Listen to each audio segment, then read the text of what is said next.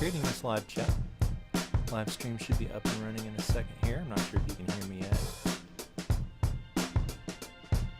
And it looks like we are going live. Thanks for your patience. Had a couple little technical difficulties. So this is a live stream. In this live stream, we're going to do a few things. We're going to talk about the Colourbox, which is a super interesting pedal. And we're going to talk about what it does. We're going to try it out on bass. We're going to see if it's cool. And then also, we are going to do a Q&A. So any questions you have that may or may not have anything to do with the Colourbox is cool. And we'll just hang out and talk about bass. We'll talk about this pedal, and it should be fun. So while this live stream's starting, I'm going to just play bass for a minute while people are coming in, and then we'll get started.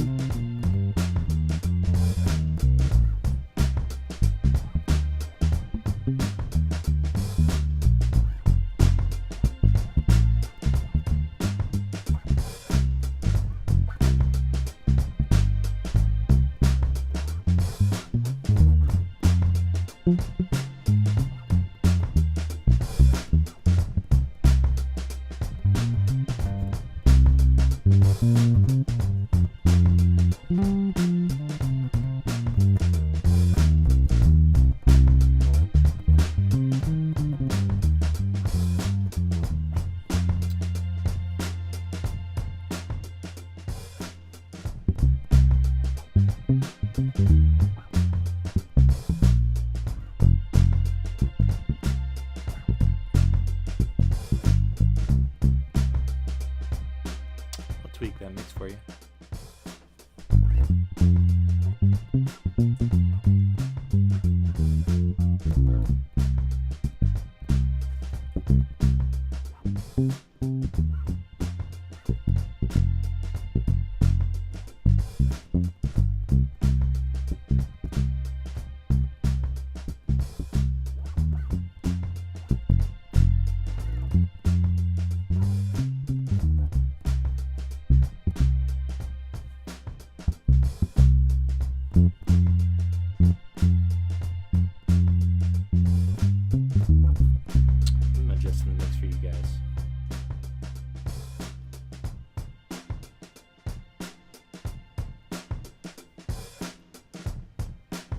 Check. Thanks. Copy. Let me know if that sounded a little better.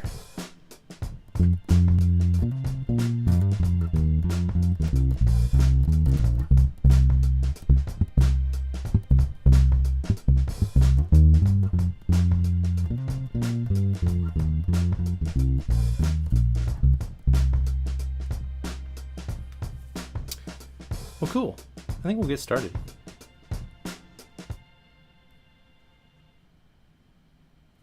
And it sounds like there's a little bit of latency. Hopefully it's not too bad. I can't really fix that right now, so if my voice and my face are a little bit apart from each other, I do apologize.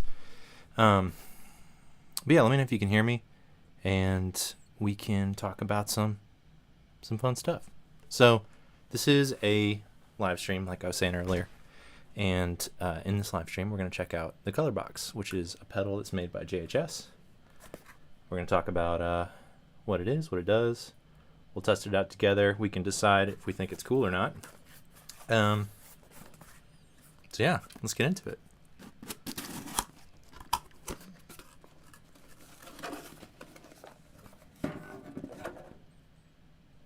Nice. So that's the Colourbox. This is the V2, which is the second generation. It's a little bit updated from the original. And what makes this one cool in theory, is it can do a few things. This is basically a pedal version of like a Neve preamplifier. So it's got EQ, and it's got saturation, and it's also a direct box. So it's sort of, those are three things. Each of those things are pretty important for bass players: EQ, saturation, and direct box. So let me just plug it up, and we can see what it's all about. And while I'm doing that, let me know where you're from, and let me know if you have any questions. I'm curious where everybody's coming in from. I'm going to try and do some of these live streams on Wednesdays. So let me know if that is a good day for all of you. I'm going to plug this up real quick.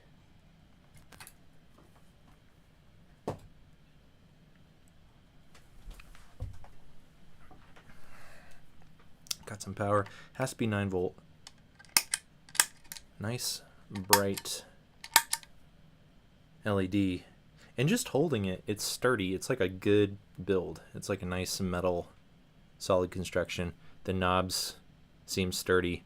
They actually seem pretty similar to the knobs that are on like a jazz bass. Those like that hard plastic. And it's just aesthetically, it's a nice pedal. It's like super bright colors. So yeah, the first impression is it just feels good. I've played through these a little bit before on one of Rhett's live streams, but I'm excited to give it a try today. So Kansas, London, nice. We've got Austin, Texas.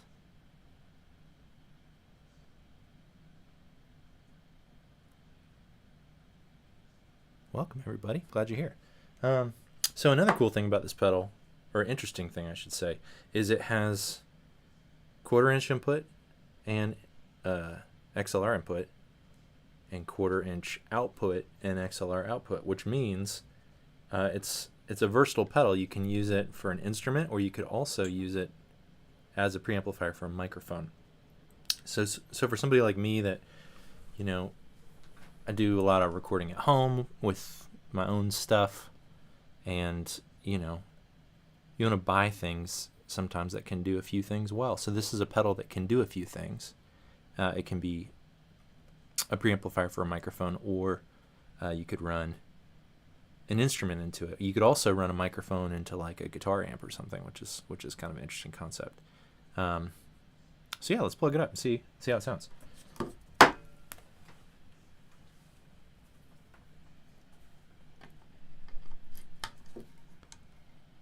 Let's just get an XLR here. So I'm gonna go 1/4-inch in and XLR out. Let me know if you want to hear this through the Mustang, or with the Mustang, or with the P-Bass. And maybe we could do both. The P-Bass has got flats on it, and the Mustang has round wound strings on them. Super different sounding strings. So it might be cool to try both. So we got this thing plugged up now. We got a 1/4-inch in and XLR out. No amp today. We're just going to go direct. And actually what's interesting about this pedal, I was reading what Josh wrote about it, the creator, the Josh of JHS pedals. And it sounds like he was basically trying to capture the sound of the Neve preamplifier in pedal form. And if you aren't familiar with the Neve preamplifiers, a lot of times Neves people love them. They're really popular, especially in the 70s, but all throughout music history they've been really popular, and they have a really distinctive, lovely saturation. They have a really cool sound, and that's part of why a lot of people love to record. Oh look, we're getting Mustang requests, P-Bass request, and then a request for both. Well, right now the Mustang's winning, so we're going to go with the Mustang to start with. But a lot of people love the sound of those Neve consoles because of the preamp circuits. And a lot of that has to do with the transformer. So there's a few ways you can get saturation on a signal, and one of the ways is using a transformer. So inside this pedal, we have, let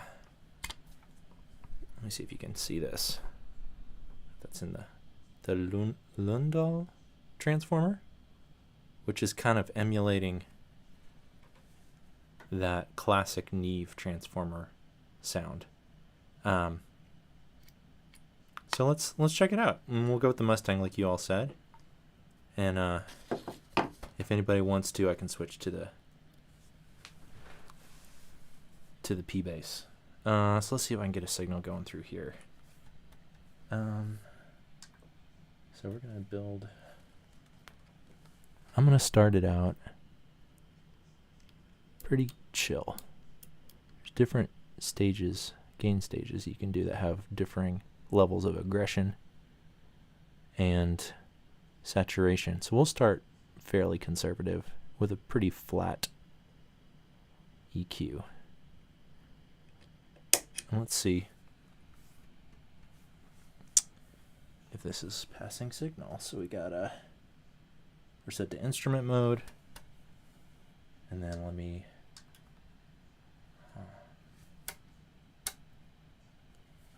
okay, this is channel 2.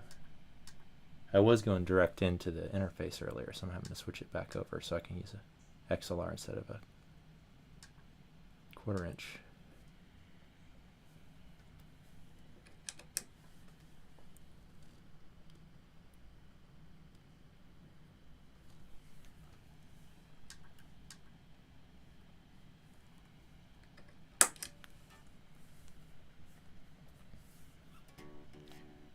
Okay, let's troubleshoot this. So we're going in to the instrument side. Okay, so there is an instrument XLR switch on here. Good to know. So we got the instrument set. I'll turn the pad off for now. And then we're going out of the XLR. And then on my interface, that's the problem. Let's get this going here.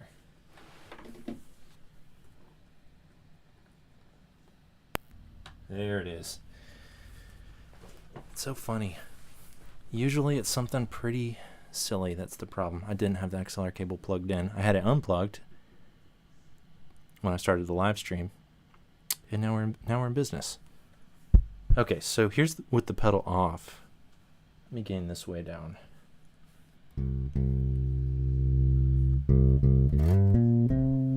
Okay, so that's off. Now let me try and turn it on with a conservative setting. Okay, so turn the gain down here.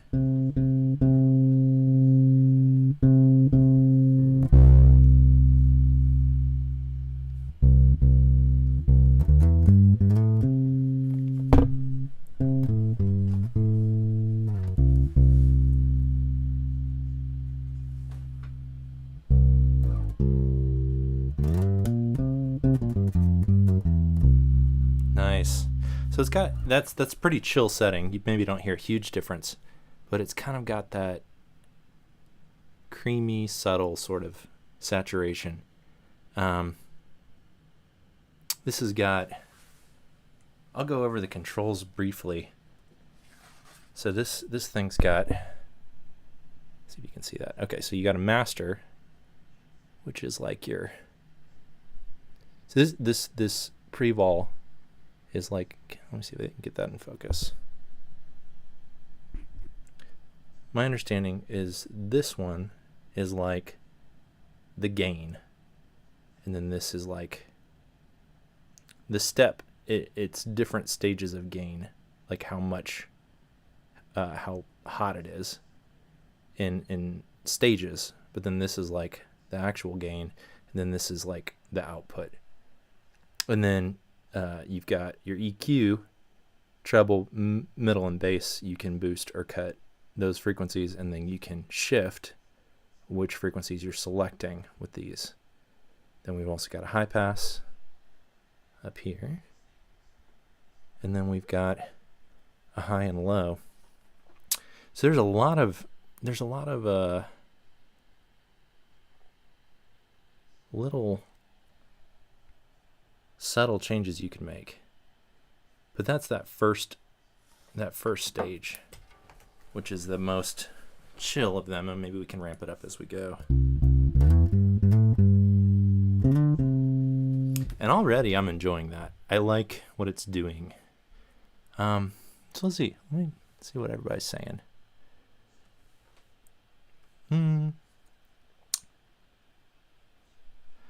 Soren's asking if the Colourbox runs on 9 or 18 volts, and my understanding is it has to be 9, and I'm running it at 9 right now. But, you know, let's just double check. I don't want to tell you the wrong thing.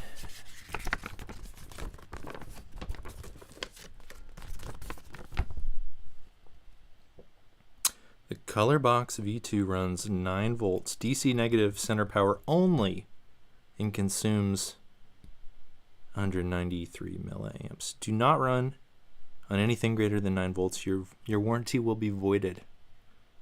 So it's got to be 9. Which is kind of nice, because that's kind of like the standard. It's kind of annoying when you get those pedals that are like, need something else. Cool. See, you're saying it sounds good through the monitors. Glad to hear that. Pat asks, I take it your personal preference is a good DI box through to the board rather than the whole modeling thing?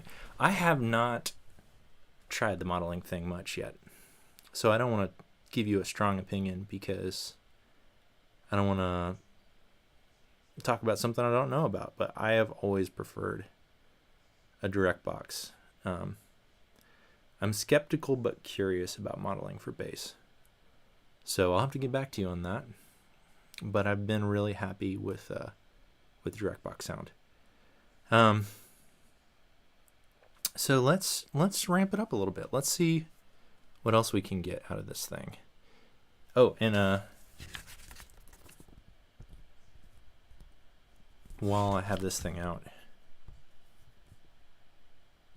I want to tell you in their words, not mine, about the different step controls. Okay, the step knob I showed you, the step gain, changes the gain of each preamp stage in 5 stages.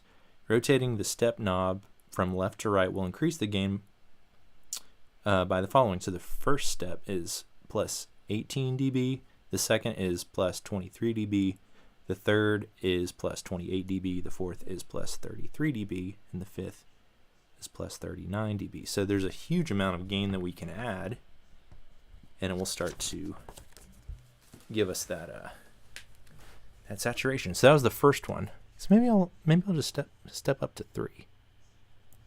See what we get, and then obviously I'm gonna have to bring the sound way down.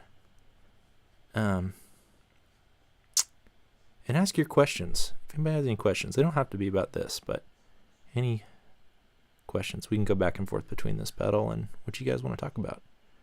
All right, so we ramped it up to the 3rd stage. Let's see how that's sounding. I'm gonna have to. All right.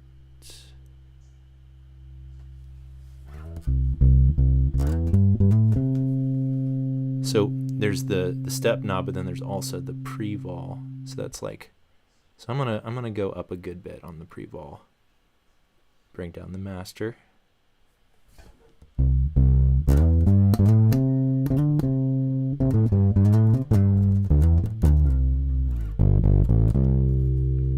Bring it down a little on the interface using the Apollo Twin. There it is. That's what it sounds like. That's not the interface saturating. That's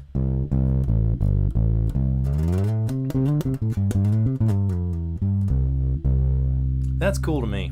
I like that. And that's the kind of thing where if you have it in context of like music, you might not notice that sound as much, but it will help you sit a little better.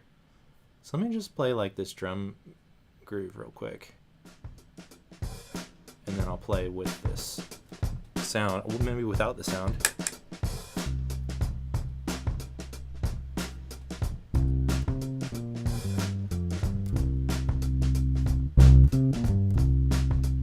So that's without it. But then let me turn this thing back on.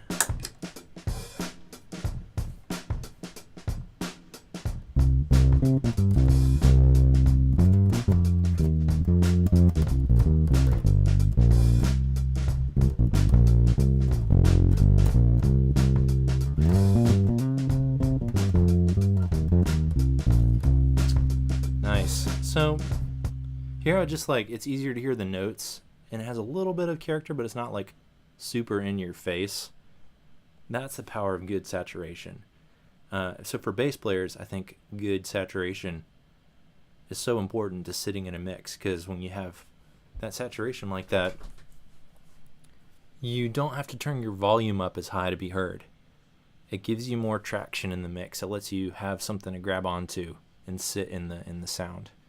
So that's kind of like right in the middle of what this thing could do, and we could ramp it up even to more sort of fuzz sounds. So real quick, I'm gonna take a question, and we'll jump back into this pedal thing. But before I do that, I do have a bass course, and it would be foolish of me not to mention it in the live stream. So we're gonna post a link to that if you want to check it out. And actually, just for this stream, we have a code that'll get you 45% off on the course.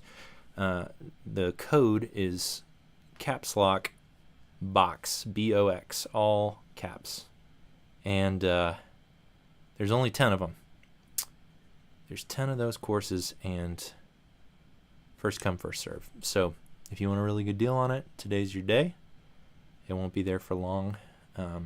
Those will probably sell out pretty quick. So if you would like to check out the course and get it today for almost half off, check out the link Designed by Shay is posting, and the code is BOX, caps lock, BOX. And that actually brings up an interesting, cool thing. We have a moderator. It's the first time having a moderator. It's the lovely Designed by Shay, who I happen to be married to, and she is posting the links today for us. So everybody say hello to Designed by Shay, and I'm so glad to have her here and in my life. And then also, there's another way you can, that's the best way to support the channel, if you want to check out the course. But if you maybe already have the course, then there's another way you can support the channel, and that's by getting the mug. We have a bass mug. Speaking of Designed by Shay, she made this, and it says there, Bass Friends Forever. So if you want to be my bass friend forever, check out the link for the mug. That's a way you can support the channel, because a little bit of that will go towards making more videos for you. So link to the mug will be in there as well. Shay's going to be posting that. Everybody, welcome Shay to the, she's no stranger to the channel. She's been here all along, but this is her first time hanging out with us in the chat. So yeah, check out the course. 45% off today if you use the code BOX. And then check out the mug. If you like coffee and bass, it is just for you. And those are two ways you can help me make more videos. So let me take a question, and then we'll jump back to the color box. What do we got? Throw your questions out there, everybody. Thoughts on mono bags? I'm looking to buy one, but they're pretty expensive. Okay, Wilson, I have a strong opinion on this, and I will share my thoughts. And that is that I think mono bags are the best gig bag that exists, at least that I know of. I've tried a number of them through the years. I actually played a reunion blues with, I had a reunion blues case for my jazz bass for about 8 years. And then I switched to the mono case, and it was just a night and day difference. Not necessarily in terms of protecting your instrument, but in terms of how comfortable it was, especially for bass players. Because, you know, if you're playing a full-scale bass, you have that thing on your back. I remember with the reunion blues bag, I always was like hitting the top of it on the door frames, and it was so annoying. And so I always would duck when I would go through the door frames. And when I switched to the mono bag, I was like ducking through door frames. I was like, I don't have to do this anymore. I can just walk through. So much more comfortable to wear around. Very durable, waterproof. I actually remember one time I left to go on a trip and it was like pouring. So just to get from the door to the car, I was totally drenched. And my base was nice and dry, even though I was all soggy. So big fan of the mono. Actually, you know what? I'm just going to grab it real quick and I'll show you. I'll be right back. Just unplug myself.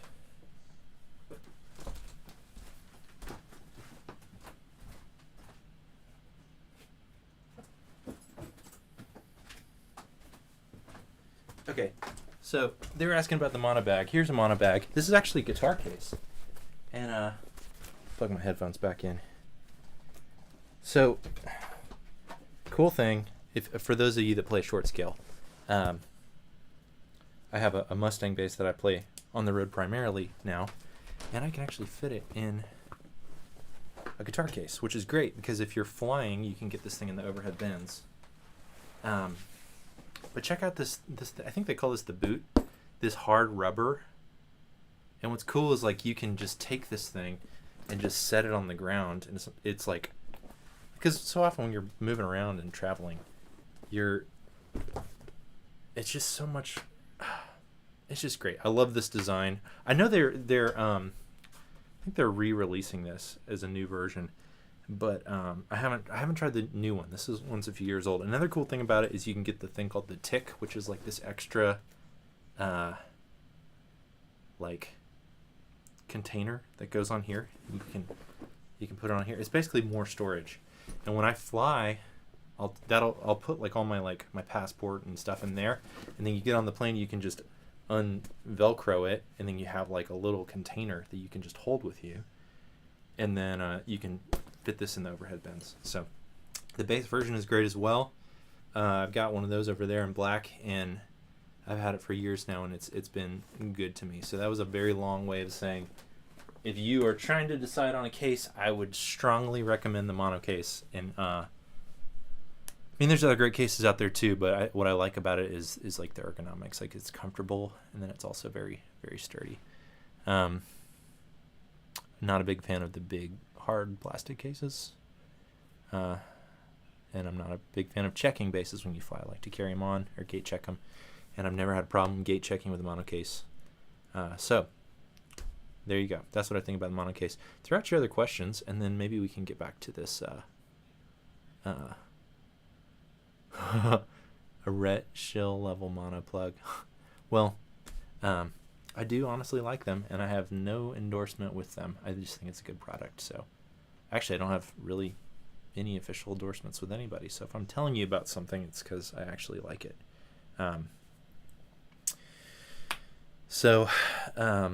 Anyway, let's ramp this thing up, because we kind of listened to like the real chill version, and then we listened to like the medium version.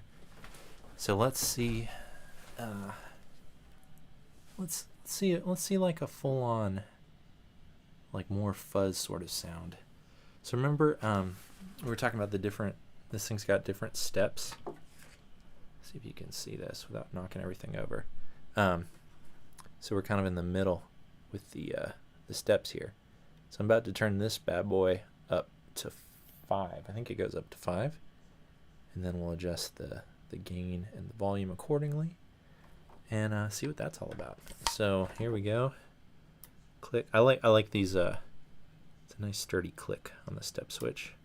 So we're up to 5 now, and then let me bring the master down because I don't want to destroy your ears. I'll bring it up slow. Ooh. I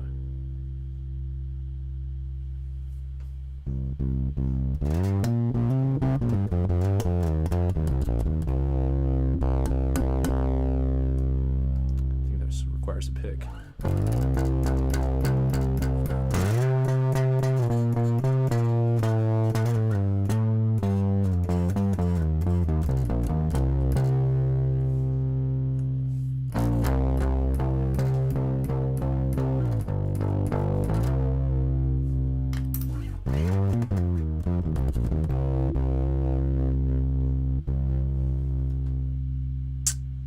That's cool.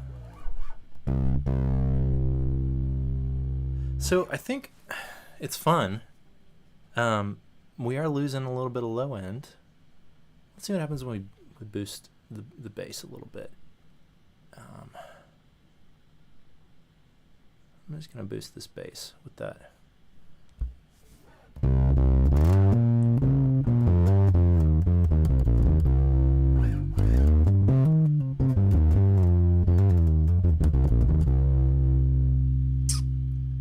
I do kind of wish there was some sort of blend, but that's not what this pedal is about. That's okay. So that brings up an interesting point, and it's not too bad. We still have some low end, but sometimes when you're saturating a signal a lot, it can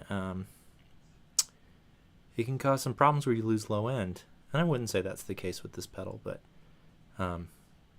something to be aware of. Sometimes when I'm saturating things, I like to split the signal or use a blend knob. But I like that sound. Although I think I would probably use this pedal more for that with that middle section in mind.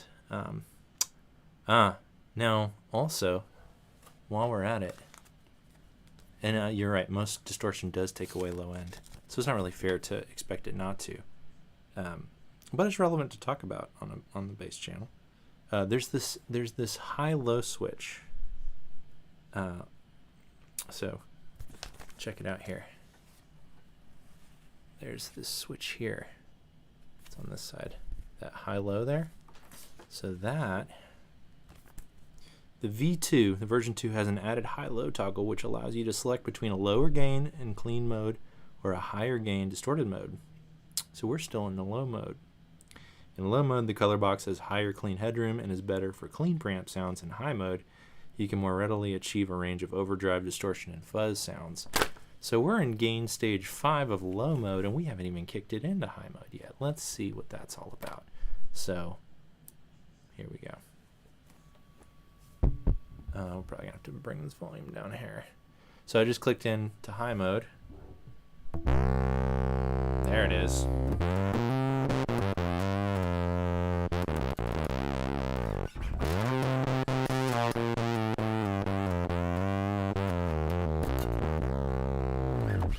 So that's high mode on bass, and that's fun. But it you know, I don't think it's my favorite of sounds coming out of here, or the most practical. And it does sound a little thin, and that's okay. That's I'm just, you know, I'm not a gear guru, man. I'm just a bass player, but I'm just telling you how it feels to play and my honest opinion about it. But I'm enjoying this pedal, although I think I would use it less as a fuzz pedal and more as like a medium sort of saturation. But I don't know, maybe we could dial it in a way. I'm going to go back down to stage 3 in high mode, see what that sounds like.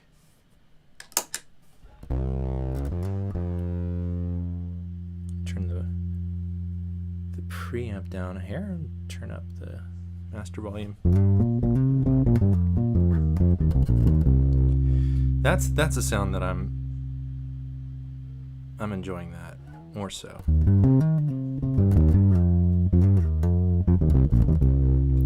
That sounds like that 70s preamp sound that I enjoy.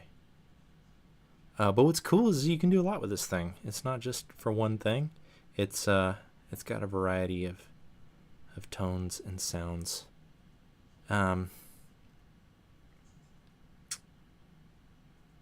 So I'm going to take a question.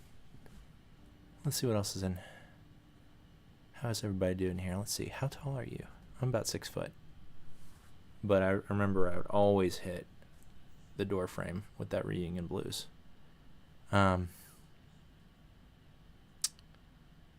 Chris says inspired by the old Neve style units. That's true. Same style transformers. Yes. Wilson asks, everyone, I have my first big gig in front of 1,500 people. Congratulations. Thoughts on overcoming stage fright? That's tricky. You know, that just takes practice. It really is. The more you do it, the less fearful you are. But I would say the one practical thing I could recommend that you do is practice the material to the point that you have it in your muscle memory. You have it under your fingers. You can play it with your eyes closed.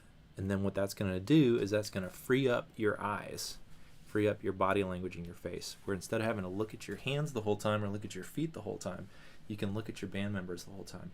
If you're nervous about the crowd, you don't have to look at the crowd, but look at least at the band members, because visually it's cool if you see somebody that's looking at the other members on stage. So if you're concerned about making eye contact with the crowd, look at the drummer, look at the hi-hat, look at the kick drum, look at the guitar player. Read their body language and get in tune with connecting with the band members on stage. And that's going to help your stage presence. That's going to make you more interesting to look at, more fun to watch, if you look like you're having fun and you look like you're connecting with other people, even if you're not directly connecting with the crowd. That gives you something visually to focus on. And if you have that muscle memory down with your hands, you don't have to think about what you're playing, and you can just be in the moment and focus on being. I think if you can focus on being in the moment with the band members, with the other members of the band, that's going to make the show great. That's going to make you seem more confident, and that's going to, I think if you're thinking about that, you're thinking about that connection and not as much with the connection with the crowd. If you're nervous about the crowd, then it's going to translate to more confidence, and I think you'll be less nervous. And I think it's great to connect with the crowd too. I personally try and make eye contact with people in the crowd. But again, if you're nervous, you don't have to.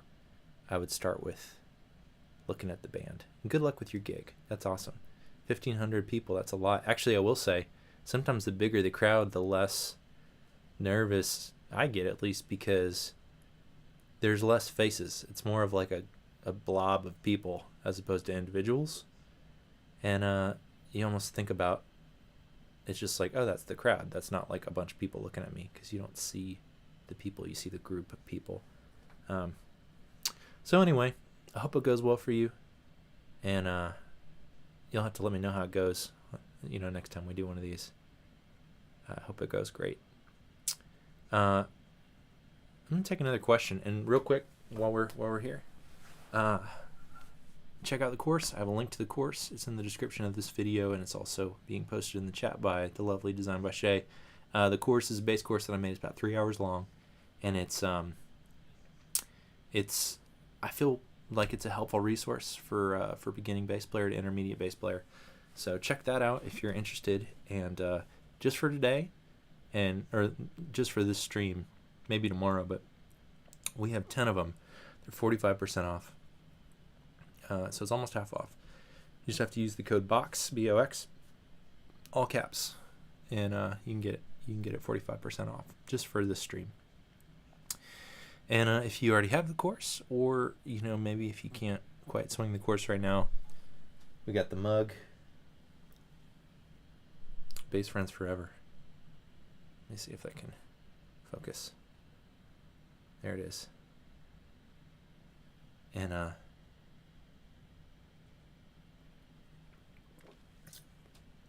that's why you can support the channel, help me make more videos. So let me take a question real quick.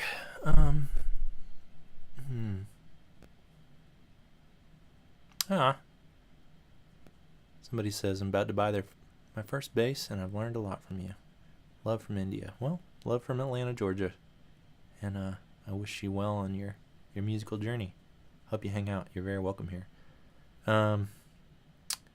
Any chance we could see a demo of the U-Bass in the same room as an acoustic guitar player, maybe Rhett, so we can hear its acoustic sound? That could be interesting. We might check that out. Nick says, hey Phil, picked up a Sunburst 1969 P-Bass in great condition. Wow. With original case, cables, and first owner strap and stuff. Over $5K, but it's the best P-Bass I've ever played. Congratulations. That's awesome. Love to play that.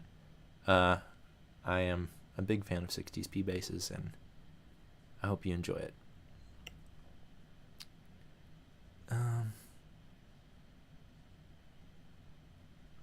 Yeah, everybody wish Wilson good luck on the show.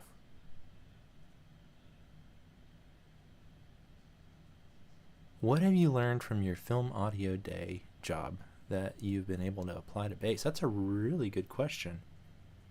I'm going to have to think about that one. I don't have a good answer off the top of my head, but I really like that question. For those of you that don't know, I work as a boom operator doing sound for movies. So I'm the person holding a microphone over people's heads all day. I think the biggest thing is probably the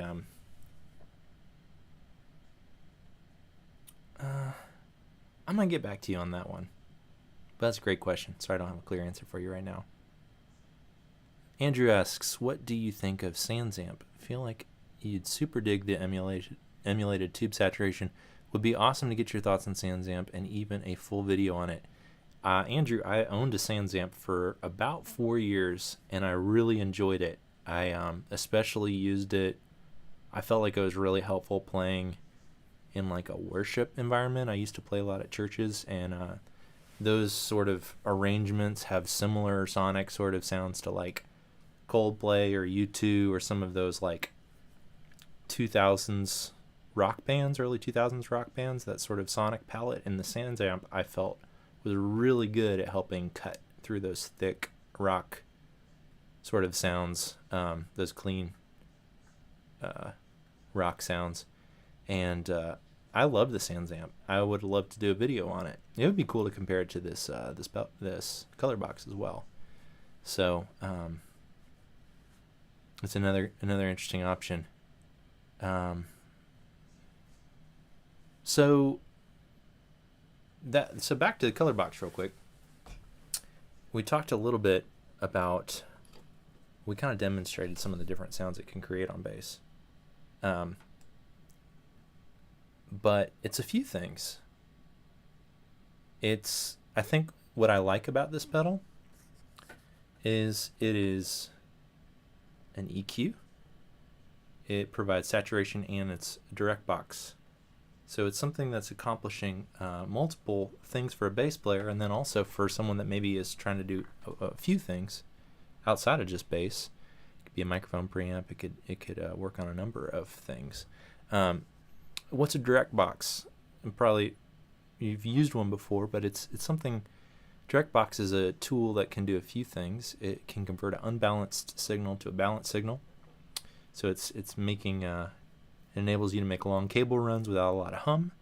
It kind of makes your signal a little cleaner and more consistent over a long distance. It also is going to balance your impedance, so it's going to take an instrument level output, so a higher level output like through a 1/4 inch, and it's going to make it a mic level signal, so that when the audio folks plug an XLR into it, it's going to be the same sort of impedance and level that all their microphone signals are at. And then it's so those are some of the basic things that a direct box can do, but then also direct box can be used to color or change your sound. So this is a perfect example of that. Colourbox is it can actually change your sound in a creative way. It can become a part of your sound. So some direct boxes are super clean, super flat, and all they're doing is just protecting and shielding the sound and converting the impedance. But then some direct boxes are going to be more creative. You can use them to become a part of your sound or what makes your sound unique. I think it'd be cool to do some more direct box videos, because I think direct boxes are especially important for bass players, maybe more so, more practical than guitar players. More often than not, you're sending a direct box signal to front of house. At a live gig and in the studio, you may or may not have the luxury of having a loud amplifier or blending an amplifier signal in with your direct box signal, but you will always have a direct box, and that's sort of the standard or minimum that someone would be allowed to have as a bass player. So having an amp is sometimes a luxury. It also enables you to travel and have a self-contained tone that's going to be reliable regardless of where you are and regardless of what amp you have. So I think having a quality direct box that you like the sound is really important. So as a direct box, it's providing saturation. It's also providing EQ. Last week we did a live stream just about EQ. But you have low, mid, and high, and then you can shift your which frequencies you're selecting. So maybe that'd be cool to check out. I find that if you want to learn more about EQ, check out the video from last week we did on EQ. But JHS says their EQ controls. The tone control is a highly modified Baxandall type that has been updated for the V2.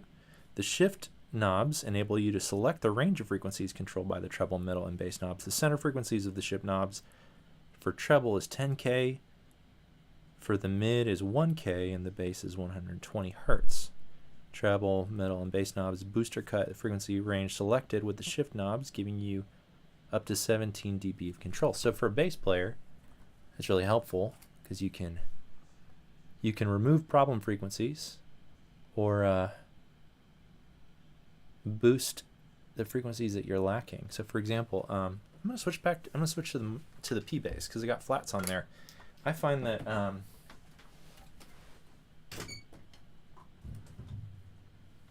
sometimes when you're playing a P bass or any bass with flat wound strings, you kind of can lose some of the clarity that you want because you're getting this really lovely smooth sound, but sometimes it can get lost. So I feel like it's really fun to play a bass with flat wound strings, but you can also lose some of the frequencies that you want. So they say that the overlap is,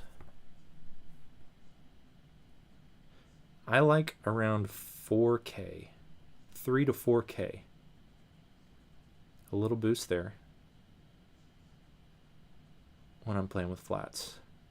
So it says the center frequencies of the shift knob, treble is 10K, mid is 1K.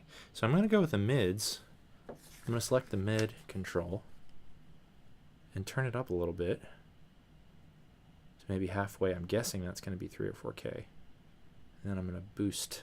So I'm going to leave it flat. So let's listen to this. Okay, so I'm gonna go back to the low mode. I'm gonna go right in the middle, find a nice saturation level for this P bass. So let's boost it a little bit.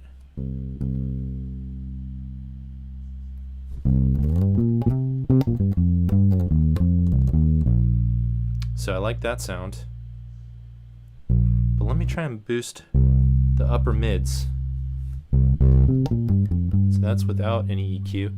But then let me boost. I'm going to select a higher mid frequency and then boost it.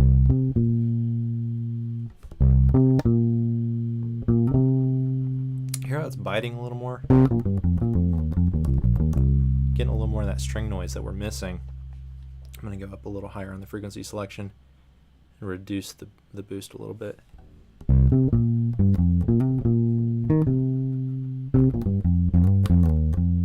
I'm going to bring my mic down because you're probably hearing some of the string noise from my mic.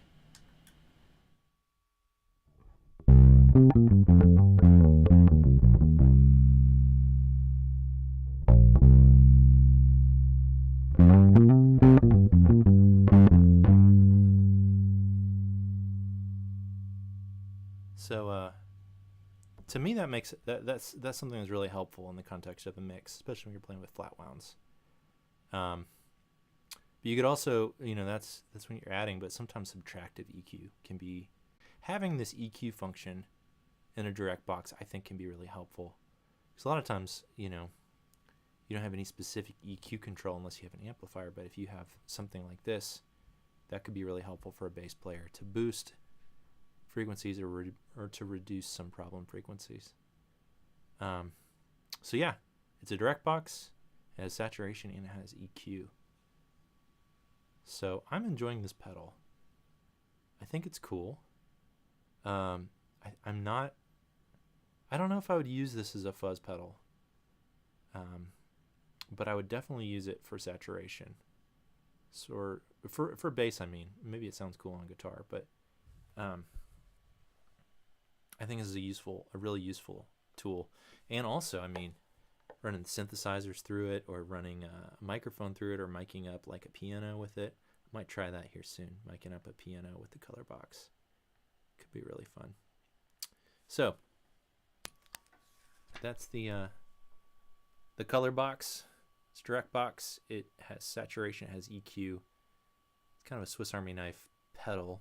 It's a mic preamp. And I think it's something that's helpful for bass players. It's something that I'm going to use live here. And I'm excited to keep exploring it. So this is just kind of a rough overview. Just starting out. Oh, and something I should mention, this V2. My understanding is it can pass phantom power. So if you are... if you have a microphone that requires phantom, I don't think it can send phantom power, but you could run phantom through it, which is cool. So throw your questions out there. Let me see what everybody's saying. I love doing these live streams, by the way. Thanks for hanging out. We'll do maybe a couple more questions here. Talked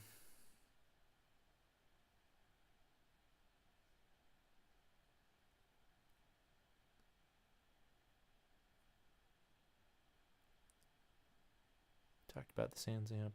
Tiny songs are on the way.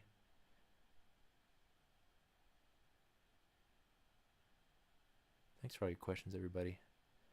Yep, Sans amp at church is super applicable. Scott says, just signed up for 4-string fundamentals. Thanks for the discount code. Absolutely.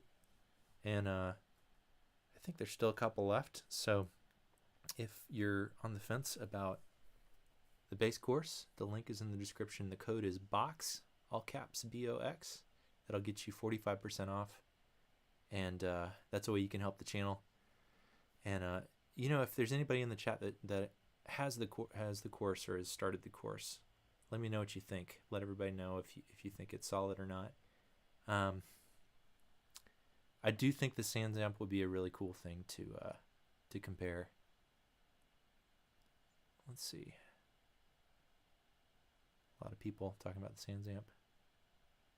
I haven't used the tone hammer. Soren says, I would love a video on direct boxes. Yes. I think what I'm going to try and do is try and borrow a few. I would love to borrow. I don't own the Noble, but I'd love to borrow the Noble and the Ready and compare them with like the Sans amp and the Colourbox.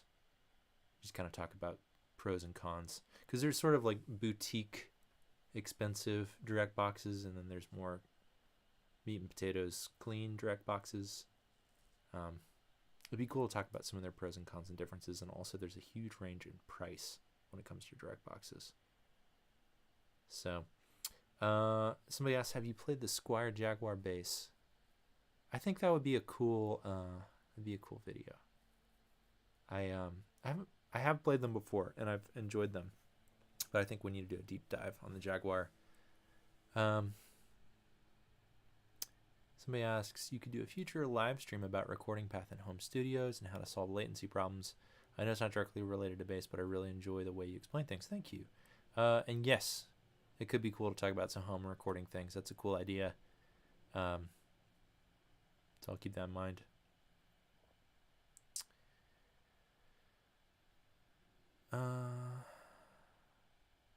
Wilson asked about Sire basses. I actually haven't played a Sire bass, but I had a really good friend that played a Sire guitar, and it sounded awesome. I'd love to get my hands on one at some point. Seems like they're always out of stock. Yes, I agree. Okay, Soren asks a good question. Can you run a bass into a guitar amp? Yes, you absolutely can. It depends what you're trying to do. Guitar amps aren't designed to recreate those low frequencies that bass amplifiers are, and they don't necessarily have the wattage, right? To have a really loud sound at a lower frequency, it requires more power. Also, the speakers are designed differently. Everything's designed differently. There's some amplifiers that are designed to be used both for guitar and bass, but if you use a guitar amplifier on bass and you turn it up really loud and you're trying to hang with a live band context where you have loud drums, it's very easy to blow a speaker trying to keep up with a bass. So I would advise you to use caution, not to overdo it, not to push your amp too far doing something that it's not supposed to do. So if you're trying to do it in a live context with other musicians playing at volume, I would say be really careful. But you can get some really cool sort of saturation using a guitar amp. There's actually some really cool recordings that have been done, bass sounds that have been captured with a guitar amp. So I would say yes, you can, but use caution. There is a risk. If you're going to play loud, I would get a proper bass amplifier.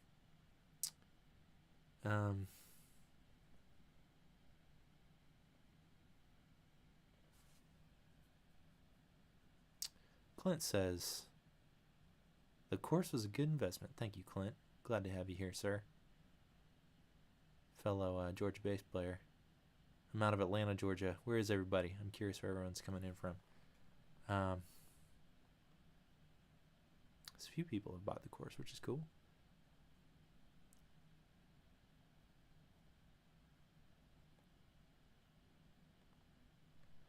Wilson's asking if he should order the Sire without trying one. I can't speak to the Sire specifically, but I'm very wary of buying an instrument without playing it first. I've only done that one time. I did that with the Mustang, the JMJ, and I loved it because I couldn't find the JMJ anywhere. They didn't have it in stores. It's kind of a little bit of an obscure bass, and it was great. But it is a risk if you don't play it, because instruments, even high quality instruments, they might not play well. You can get lemons. So I would encourage you to try and get your hands on whatever you're buying if you can. Maybe do one more question. Oh, cool! Somebody just got the course. That's great. I wish you well with that. The course just for today, you got a 45% off code, which is BOX, BOX. Here's a good question. Watchmaker asks, you're recording, what kind of mic do you use on the bass cab? I typically use this one.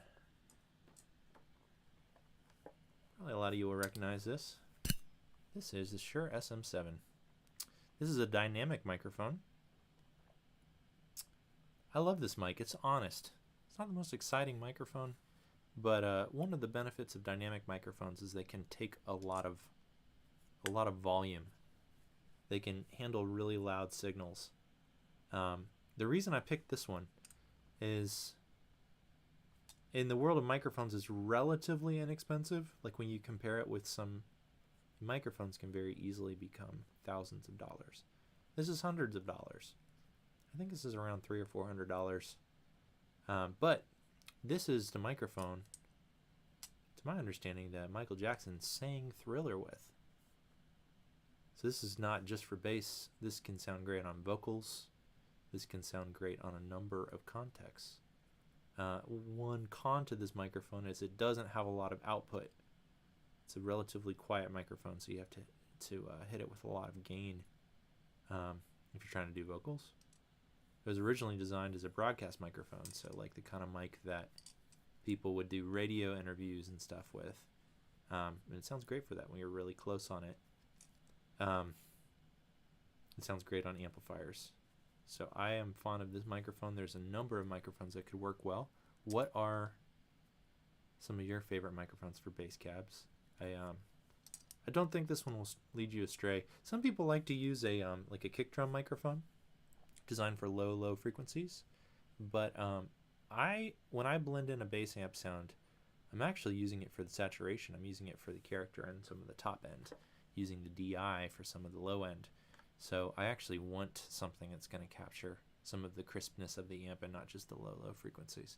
But everybody has an opinion, and but I think the Shure SM7B is an affordable mic that's going to sound great on a bass amp. And I've played a lot of records with the Ampeg flip top in this mic combination, and I've never had anyone be disappointed with that combination. Although I will say there's the what is it, the RE20? That's a similar dynamic microphone that sounds really good as well. So there's a couple options. Maybe do one more question and we'll wrap it up here. Thanks for hanging out, everybody. And also, if you want to support the channel, Another way besides the course is the mug. Bass friends forever. If you want to support the channel, that's a way you can support without spending very much, and you can also enjoy some coffee. Okay, let's look for a good last question, and then we'll check out of here. Somebody says the SM57 is a classic, sounds great in my ears. Agreed, Wilson. I haven't used it much on a bass cab. I've used it a lot on guitar cabs. It'd be interesting to compare the SM7 and the SM57 on the flip top. That'd be a fun video.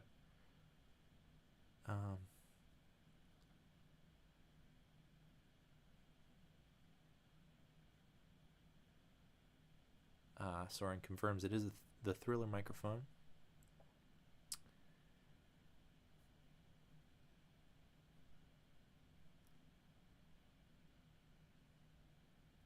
I'm really glad everybody's here. Thanks for being part of this channel. I'm a relatively new YouTuber, and I'm learning a lot right now. I'm trying to get this live stream off the ground, trying to post videos consistently for you, and I just want to thank you for being here and supporting the channel, because I'm doing this for you. We can't do it without you, and when you're involved and you are a part of it with me, it makes it fun, it makes it worthwhile, and it's a reminder of why I'm doing this. And I love doing this. I'm enjoying every day. I'm learning and pushing myself with this channel, and I'm just thankful to get to connect with all of you. And I think the live stream is especially special for that, because we can actually interact a little bit. I think I'm going to end with, I know how I'm going to end this. So, I got a message this week on Instagram. And if you don't follow me on Instagram, I'm Philip Conrad, Philip with one L, CONRAD music. But I've started to get some people that have found me through the channel that have been messaging me on Instagram. And I got somebody that messaged me this past week.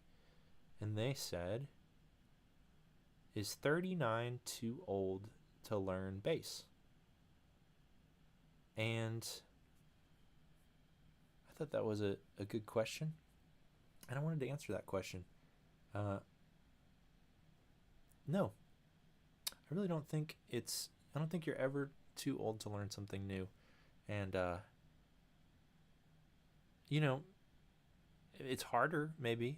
A lot of times it's harder with not having as much free time to learn something new, with life as we get older. But it's never too late to learn something new, learn a new instrument. I'm trying to learn piano right now.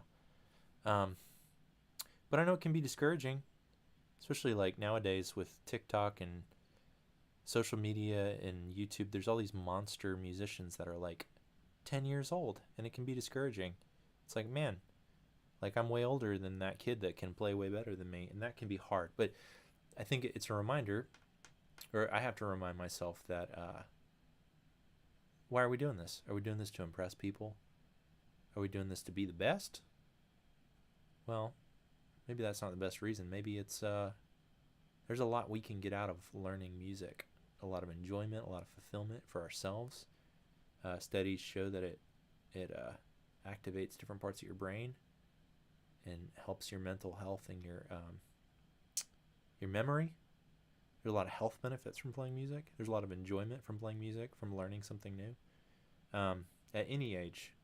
And so if you're trying to decide if you want to learn something, learn a different instrument, or learn to play bass, it's never too late. And I'm actually reminded, I did a tour a while ago. I did this Christmas gig where I went on the road with this band. There's this artist named Aaron Shoes, too. He's like a worship, contemporary Christian artist that had a record that he recorded in Prague with an orchestra. But he was touring in the United States, so he had a band. It was a 4-piece band, I think. Drums, bass, guitar, and acoustic guitar.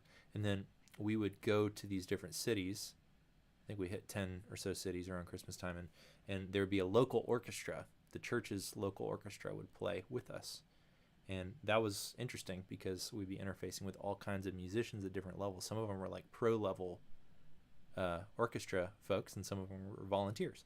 And I remember I met this guy, and his name was Bo, and he was 73 at the time, and he was playing cello, and he had started to learn the cello at 68 because he was fighting cancer, and he lost his singing voice. He'd been a singer his whole life, and he lost his ability to sing because of cancer.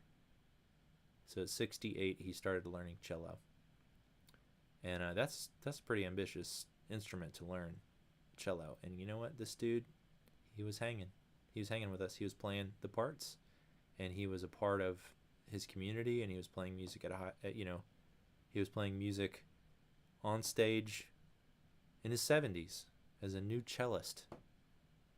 And if that guy can do that, we can learn anything. So if you're feeling discouraged or not sure, just take the next step, and it's never too late to learn something new. It might be hard. Yeah, there's different challenges that we have when we're older trying to learn things, but it's worth it. So yeah, I think we're going to wrap this thing up. Thanks for hanging out, everybody, and I'm going to try and do a live stream every week. I think I'm going to try and do them on Wednesdays. So I'll be back, and I have a lot more videos on the way now that I have time to make them. So thanks for being here, and I'll see you soon.